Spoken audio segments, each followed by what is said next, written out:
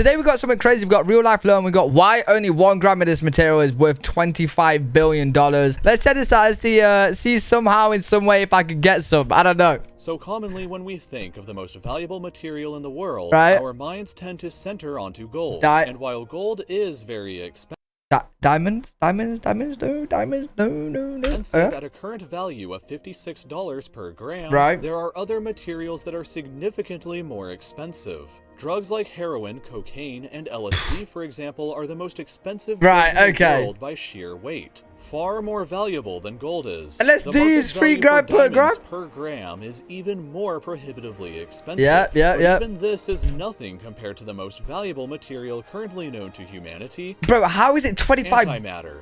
So, what even is antimatter? To put it simply, antimatter is the opposite of regular matter. Down at the atomic level, antimatter is made up of particles and atoms just like regular matter is. The only difference is that they have an opposite electric charge. How do we get some? Antimatter are negative and called antiprotons, while electrons are positive and called positrons. Whenever antimatter and matter touch one another, they instantly annihilate each other in a 100% efficient release of energy. This pure energy release is why antimatter could prove to be extremely useful. The most efficient nuclear weapons, for example, convert a mere 7 to 10% of their mass into energy. While antimatter to matter collisions release 100% of their mass into energy. If you somehow were carrying 1 gram of antimatter about the size of a raisin and dropped it on the ground, it would create an explosion greater than both the Hiroshima and Nagasaki nuclear explosions combined. Easily enough to destroy. Yeah, but how? Where are we getting $25 billion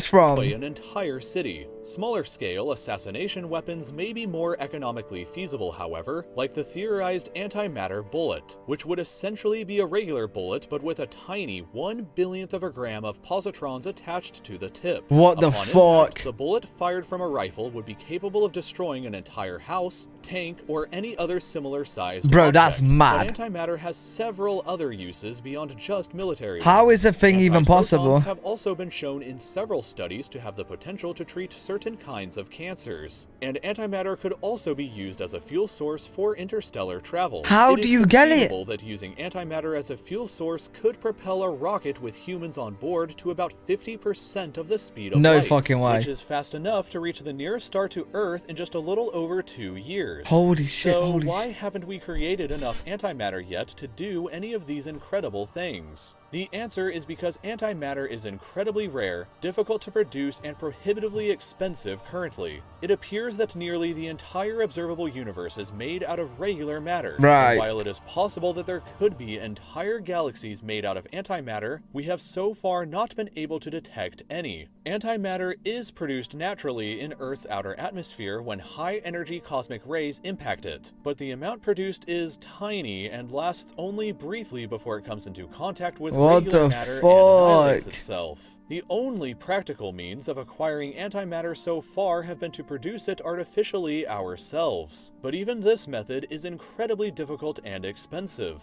The Large Hadron Collider, operated by CERN in Switzerland, for example, one of the most expensive and complicated facilities ever built, is capable of producing 10 million antiprotons per minute when fully operational. That sounds like a lot, but it's actually a I was gonna say, that actually sounds like a crazy amount. A tiny amount. To produce just a single gram of antimatter at that rate of production, it would take CERN roughly 100 billion years to complete. What? Production is only the first problem, though. Storing it is perhaps an even larger problem. Since antimatter annihilates matter instantly, you can't just store it in a regular container. Bro, this is mad. You have to suspend the material without it coming into contact with anything. And so far, CERN has only succeeded in storing antimatter atoms for a record 17 minutes before they became annihilated. Oh my god, Since what the just 1 fuck? gram is enough to obliterate an What the entire fuck? city, safety precautions in storing the material and keeping it in safe hands would be of the utmost importance. And we're not even sure. Bro, you know when you watch movies and shit and they got something in a tube and then don't drop the tube, and you're like, bro, if you drop the tube, nothing's gonna happen.